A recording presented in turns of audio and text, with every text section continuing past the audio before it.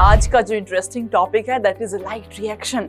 तो प्लांट्स में we have this super organelle which is called as chloroplast. Plants में आपका क्लोरोप्लास्ट प्रेजेंट है। ये जो ग्रीन कलर के स्ट्रक्चर आप देख रहे हैं ना बच्चे, these are the massive structures जो आप देख पा रहे हैं। इनमें है आपका क्लोरोफिल ए मॉलिक्यूल जो एक्चुअली एक पिगमेंट है, ग्लूकोज मॉलिक्यूल को सिंथेसाइज करने में हेल्प करता है। तो ग्लूकोज मॉलिक्यूल दो स्टेप्स में सिंथेसाइज होता है। नंबर वन स्टेप इज जिसमें आप एक्चुअली एटीपी को बना रहे हो ताकि आप फाइनली नंबर टू स्टेप में CO2 को फिक्स करके ग्लूकोज मॉलिक्यूल में कन्वर्ट कर पाए। तो फोटोलाइसिस क्यों हुआ? In order to replace the electrons of PS2 हमने किया फोटोलाइसिस।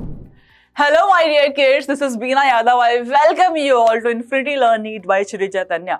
आज का जो इंटरेस्टिंग टॉपिक है दैट इज लाइट रिएक्शन। आप में से बहुत सारे बच्चे इस टॉपिक से डरते हैं, घबराते हैं कि जो नॉन साइक्लिक फोटोफॉस्फोराइलेशन है उसमें एटीपी कैसे बन रहा है, उसमें क्या क्या इलेक्ट्रॉन कैरियर्स इन्वॉल्व है और नॉन साइक्लिक को साइक्लिक से डिफरेंस कैसे है, कैसे वो डिफरेंट बनाता है, क्या इसमें दोनों फोटो सिस्टम्स इन्वॉल्व है, and most importantly photolysis of water जिस पे बेस्ड हर साल क्वेश्चन आता है। 2023 में भी आपका लेटेस्ट क्वेश्चन आया हुआ है। तो इस टॉपिक के बारे में हम विस्तार से समझते हैं। Let's get started everyone. So first of all light reaction की अगर हम बात करें बच्चे, प्लांट्स को हमसे डिफरेंट बनाता है ये beautiful see organelle which you all can see. Yes तो बच्चों प्लांट को हमसे डिफरेंट क्या चीज बनाती है? प्लांट में ऐसी क्या शक्तियां है, क्या सुपर पावर्स है जो वो सनलाइट में खड़े होकर बड़ा इजीली अपने फूड को सिंथेसाइज कर सकते हैं, वेयरएज हमें बहुत मेहनत करनी पड़ती है उस फूड को फाइंड आउट करने के लिए, उस फूड को एक्चुअल में एनर्जी में कन्वर्ट करने के लिए। तो प्लांट्स में we have this super organelle which is called as chloroplast. Plants में आपका क्लोरोप्लास्ट प्रेजेंट है। ये जो ग्रीन कलर के स्ट्रक्चर आप देख रहे हैं ना बच्चे, these are the massive structures जो आप देख पा रहे हैं। इनमें है आपका क्लोरोफिल ए मॉलिक्यूल जो एक्चुअली एक पिगमेंट है, ग्लूकोज मॉलिक्यूल को सिंथेसाइज करने में हेल्प करता है। तो बच्चे ये जो डबल मेम्ब्रेन बाउंड ऑर्गेनेली आप देख पा रहे हैं, दिस इज योर क्लोरोप्लास्ट। ये आपकी क्लोरोप्लास्ट है। अब क्लोरोप्लास्ट में मेरे बच्चों ये जो ग्रीन स्ट्रक्चर आपके सामने है, ये वाले जो स्ट्रक्चर है, these ones are your thylakoid. ये आपके थैलेकॉइड है और ये जो थैलेकॉइड्स का स्टैक पूरा बन गया है, दिस इज योर ग्रेना। ये आपका ग्रेना है, ठीक है। नाउ अगर हम बात करें ग्लूकोज मॉलिक्यूल सिंथेसाइज करने की, तो ग्लूकोज मॉलिक्यूल दो स्टेप्स में सिंथेसाइज होता है। नंबर वन स्टेप इज जिसमें आप एक्चुअली एटीपी को बना रहे हो ताकि आप फाइनली नंबर टू स्टेप में CO2 को फिक्स करके ग्लूकोज मॉलिक्यूल में कन्वर्ट कर पाए। तो बच्चे नंबर वन जो स्टेप है जिसमें आप एटीपी सिंथेसाइज कर रहे हो उसको हम कहते हैं लाइट रिएक्शन। तो basically we are having presence of pigments जो आपके यहाँ पे प्रेजेंट है थैलेकॉइड्स में। ये जो पिगमेंट्स यहाँ प्रेजेंट है, सनलाइट इस पे फॉल करती है एंड आपका ATP एंड NADPH2 बना देती है। And finally we have the dark reaction जिसको कि आप लाइट इंडिपेंडेंट रिएक्शन भी कहते हैं, जहां पे एक्चुअली आपका CO2 मॉलिक्यूल ग्लूकोज में सिंथेसाइज होता है। नाउ जो समझने वाली चीज है वो ये है, जो लाइट रिएक्शन है आपकी वो हो रहा है थैलेकॉइड के ल्यूमेन में और जो डार्क रिएक्शन है वो हो रही है आपकी स्ट्रोमा में। तो कोई आपसे साइट अगर पूछे तो हम कहेंगे कि भाई जो लाइट रिएक्शन है हमारी वो लाइट रिएक्शन होती है थैलेकॉइड के ल्यूमेन में। तो मैं लिख रही हूं ल्यूमेन ऑफ थैलेकॉइड में होगी आपकी लाइट रिएक्शन। और अगर कोई आपसे पूछे what about the dark reaction, तो हम कहेंगे भाई जो डार्क रिएक्शन है वो हो जाती है आपके स्ट्रोमा में। कहां पे बच्चे? स्ट्रोमा में। तो डार्क रिएक्शन हो रही है स्ट्रोमा में, लाइट रिएक्शन होती है आपकी ल्यूमेन ऑफ थैलेकॉइड में। चलिए अब जो लाइट रिएक्शन है बच्चे ध्यान देना, यहां पे मैं आपको समझाती हूं। जो आपकी लाइट रिएक्शन है उसमें हम एक्चुअली लाइट रिएक्शन जिसको कि हम लाइट डिपेंडेंट रिएक्शन भी कहते हैं, लाइट डिपेंडेंट रिएक्शन भी कहते हैं।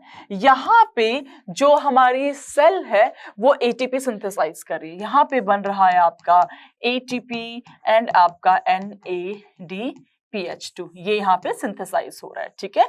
नाउ जब ये एटीपी बन रहा है तो एटीपी बनता है जब आप फॉस्फेट को ऐड करते हैं, which means it is your phosphorylation reaction, and since we are doing that in presence of sunlight, that's why we call it photophosphorylation reaction. Photophosphorylation reaction हम इसको बोल देते हैं। मेरी बात क्लियर हुई? Photophosphorylation reaction. नाउ जो ये फोटोफॉस्फोराइलेशन रिएक्शन है, इसमें बेसिकली इलेक्ट्रॉन्स ही तो आपका एक्साइट हो रहा है, मल्टीपल इलेक्ट्रॉन कैरियर्स के पास में जा रहा है। तो अगर इलेक्ट्रॉन एक्साइट हुआ, मल्टीपल कैरियर्स के पास गया और वापस बैक टू द पवेलियन हो गया, घर का भूला शाम को वापस घर पे आ गया, तो उसको आप कह देते हैं साइक्लिक वे। उसको आपने कहा साइक्लिक फोटोफॉस्फोराइलेशन। बट अगर इलेक्ट्रॉन एक्साइट हुआ, वेरियस इलेक्ट्रॉन कैरियर्स के पास में गया और वापस से उस डेस्टिनेशन पे नहीं आया जहां से शुरुआत करी थी, तो उसको हम कहते हैं नॉन साइक्लिक, घर का भूला वापस नहीं आया, उसको आपने कहा नॉन साइक्लिक फोटोफॉस्फोराइलेशन। तो आज इस सेशन में हम फोकस करेंगे नॉन साइक्लिक पे, कैसे होता है, क्या क्या इलेक्ट्रॉन कैरियर्स इन्वॉल्व होते हैं।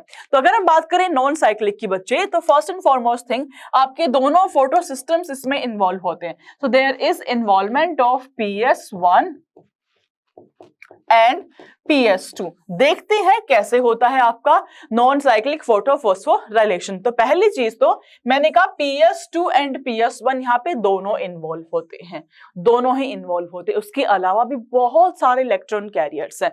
देख लेते हैं कि हमें क्यों फोटोलाइसिस की रिक्वायरमेंट पड़ती है, कौन कौन से इलेक्ट्रॉन कैरियर्स इन्वॉल्व होते हैं, और यहाँ पे आपका NADPH भी कैसे बनता है, बिकॉज सिर्फ नॉन साइक्लिक में ही NADPH बनता है, साइक्लिक में NADPH आपका नहीं बन रहा होता। ऑलराइट, तो चलिए जी शुरुआत करते हैं नॉन साइक्लिक फोटोफॉस्फोराइलेशन की। तो प्रोसेस की शुरुआत होगी आपकी फोटोसिस्टम 2 से। फोटोसिस्टम 2, फोटोसिस्टम होता है एग्रीगेशन ऑफ द पिगमेंट्स।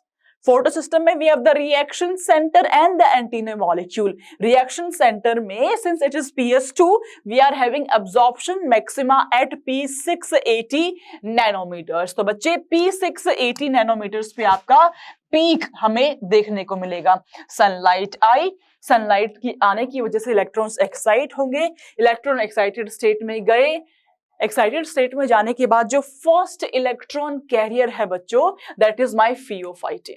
देखना, ध्यान देना मेरी बात पे, फियोफाइटिन ने इलेक्ट्रॉन्स को एक्सेप्ट किया PS2 से। जब इलेक्ट्रॉन्स को एक्सेप्ट किया, ये एक्साइटेड स्टेट में जाएगा। कोई भी मॉलिक्यूल एक्साइटेड स्टेट में नहीं रहना चाहता है, वो वापस से नॉर्मल स्टेट में आना चाहता है। अब ये फियोफाइटिन भी वापस से नॉर्मल स्टेट में आना चाहेगा। तो जब ये वापस से नॉर्मल स्टेट में आना चाहता है तो इसको क्या करना पड़ेगा, जो एक्स्ट्रा इलेक्ट्रॉन्स ऐड हुए हैं उसको रिलीज करना पड़ेगा। तो इसको एक्स्ट्रा इलेक्ट्रॉन्स को रिलीज करना पड़ेगा। अब ये जो इलेक्ट्रॉन्स है उसको एक्सेप्ट करने के लिए कोई होना चाहिए, तो इसको एक्सेप्ट करने के लिए we are having plastoquinones, we are having plastoquinone. Similarly plastoquinone ने भी क्या किया, इलेक्ट्रॉन्स को एक्सेप्ट किया। ये गया एक्साइटेड स्टेट में, it wants to come back to the normal state. Normal में आने के लिए क्या करना पड़ेगा, इलेक्ट्रॉन्स को रिलीज करना पड़ेगा। रिलीज करेगा तो कोई एक्सेप्टर होना चाहिए, एक्सेप्टर इज साइटोक्रोम B6F। इसने इलेक्ट्रॉन्स को एक्सेप्ट किया, एक्साइटेड स्टेट में गया, wants to come back to the normal state, क्या करेगा, इलेक्ट्रॉन्स को रिलीज करेगा। प्लास्टोसाइनिन ने ले लिया। सिमिलरली आपके PS1 के पास में पहुंच गए हैं इलेक्ट्रॉन, मेरी बात समझ पा रहे हो, PS1 के पास में पहुंच गए इलेक्ट्रॉन। नाउ PS1 के पास में इलेक्ट्रॉन्स भी है और सनलाइट भी आ रही है, जिसके इंपैक्ट से इलेक्ट्रॉन्स इसने भी एक्सेप्ट करके एक्साइटेड स्टेट में चला गया है। Iron sulphur protein is the next electron carrier, accept किया, एक्साइटेड स्टेट में गया, नॉर्मल में आने के लिए इलेक्ट्रॉन्स को रिलीज करेगा। फेरिडॉक्सिन ने एक्सेप्ट किया, एक्साइटेड में गया, नॉर्मल में आया। नाउ जो लास्ट इलेक्ट्रॉन है, जो इलेक्ट्रॉन आपके यहां तक पहुंच चुके हैं, NADP+ will accept these electrons and it will convert itself into NADPH. Yes, electron आपके NADPH तक जा चुके हैं, लेकिन आप सोचिए, मैं कोई भी मॉलिक्यूल उठा लूं, चाहे मैं फियोफाइटिन मैंने उठाया, यहां से एक्सेप्ट किया, रिलीज कर दिया, इसने भी एक्सेप्ट किया, रिलीज कर दिया, प्लास्टोसाइनिन ने एक्सेप्ट किया, रिलीज कर दिया, आयरन सल्फर ने एक्सेप्ट किया, रिलीज कर दिया। लेकिन PS2 के बारे में सोचो, सिर्फ रिलीज किया, सिर्फ और सिर्फ इलेक्ट्रॉन्स को रिलीज किया। तो व्हाट डू यू थिंक, एक दो साइकिल होने के बाद एक इलेक्ट्रॉन की डेफिशिएंसी यहाँ पे क्रिएट होना शुरू होगी या नहीं होगी? बिल्कुल होगी। अब हम तो नहीं चाहते ऐसा कि जो सेकंड राउंड हो, सेकंड राउंड में यहाँ पे इलेक्ट्रॉन से ना बचे। अब क्या किया जाए, बहुत बड़ी समस्या है। इस समस्या का निवारण है, निवारण क्या है, हमें करना पड़ेगा बच्चे, फोटोलाइसिस। तो यहाँ पे होगा फोटोलाइसिस, जो सेव करेगा इलेक्ट्रॉन्स को, रिप्लेस करेगा फोटो सिस्टम 2 में जो इलेक्ट्रॉन से लूज कर चुका है, उसको रिप्लेस करेगा आपका फोटोलाइसिस। तो फोटोलाइसिस में मेरे बच्चों आपका 2H2O का मॉलिक्यूल स्प्लिट होगा 4H plus 4 electron plus oxygen molecule बना देगा। ये जो ऑक्सीजन मॉलिक्यूल आप देख पा रहे हो, this will be released in the environment. जो ये इलेक्ट्रॉन आप देख पा रहे हो, ये यहाँ पे डेफिशिएंसी को फुलफिल कर देगा। ये जो H+ आप देख पा रहे हो ना बच्चे, इस H+ की वजह से ही आपका प्रोटॉन ग्रेडियंट एस्टैब्लिश होता है। इस H+ की वजह से ही आपका, आप देखते हो कि केमी ऑस्मोटिक हाइपोथेसिस के थ्रू ATP बन पाता है। तो ये H+ हमें वहां जाके काम में आएगा। ठीक है, तो फोटोलाइसिस क्यों हुआ? In order to replace the electrons of PS2 हमने किया फोटोलाइसिस। ठीक है बच्चे, एक बार बहुत अच्छे से एक एनिमेशन के साथ में भी मैं आपको ये दिखा देती हूं ताकि आपको फुल ऑन क्लैरिटी आ पाए। यस एवरीवन, तो फोटोसिंथेसिस में बेसिकली कार्बन डाइऑक्साइड को फिक्स करके हम ग्लूकोज मॉलिक्यूल बना रहे हैं। वाटर एंड एनर्जी भी हमें साथ में देना पड़ता है। वाटर का स्प्लिटिंग वहां हमने अभी भी देखा, एनर्जी हम बनाते हैं लाइट डिपेंडेंट रिएक्शन के थ्रू, वो सब देने के बाद ही फाइनली आपका ग्लूकोज मॉलिक्यूल बन पाता है। ठीक है, चलिए जी आगे। Now we have wavelength of light, we do have lots of pigment जो specific wavelength of light को absorb कर रहे होते हैं। तो ये photon of light आया सनलाइट का, इसने absorb किया।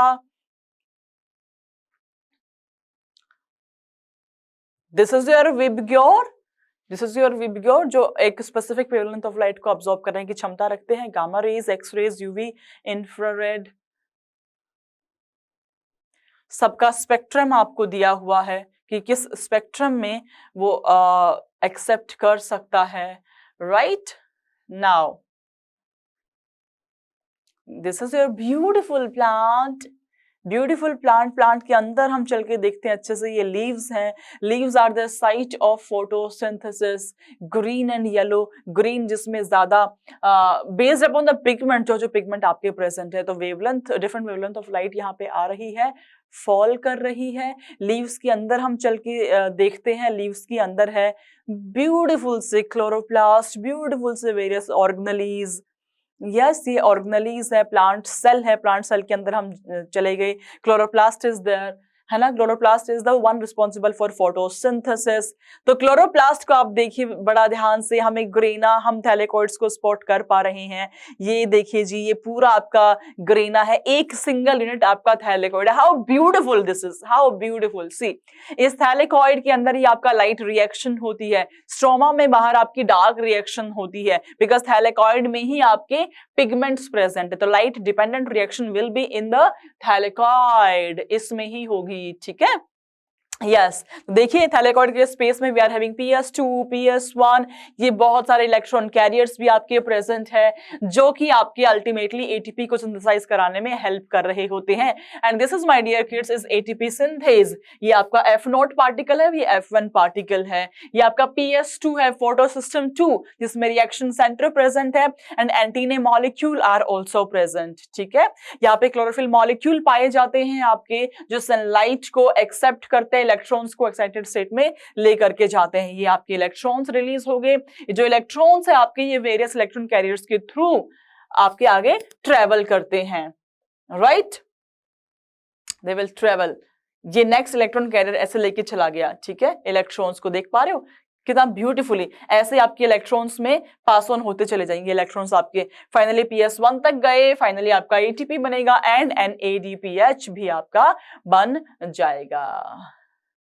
यस एवरीवन, तो आई होप आपको समझ में आया होगा बच्चों। कुछ भी डाउट अगर रह गया है, कोई एक शब्द जो नहीं समझ में आया है, प्लीज मुझसे पूछेगा। मैं कोशिश करती हूँ कि हर क्लास में कुछ एक्स्ट्रा ऐड करूँ। अभी मैंने कुछ वीडियोस ऐड करना शुरू किया है, तो अगर आपको अच्छा लगे तो मुझे कॉमेंट्स में जरूर बताना कि आपको कैसा लगा। इस टाइप से ही अगर आप सेशंस को पढ़ना चाहते हैं तो भी मुझे जरूर बताना। I will be waiting for your comments, और पर्सनली मैं सबका आंसर भी करती हूँ। ठीक है, ये क्वेश्चन आपका होमवर्क क्वेश्चन है, इसका आंसर भी मेरे बच्चे कमेंट सेक्शन में मुझे देंगे। I will see the answers personally. Alright everyone, तो मिलते हैं हम ऐसे ही कुछ और अमेजिंग से सेशन में। Keep sharing the session, because you never know आप किसकी हेल्प कर रहे हो, किसको बहुत अच्छे से समझ में आ गया है ये टॉपिक। तो आप इसको शेयर जरूर करना। जब भी आपकी क्लास अपलोड होती है, मेक श्योर आप उसको अपने इंस्टाग्राम पे, अपने व्हाट्सएप पे स्टेटस जरूर लगा रहे हैं। ऑलराइट बच्चों, तो see you in the next class. तब तक के लिए अपना ख्याल रखो बच्चों। Sending lots of love and blessings to all of you. Bye everyone.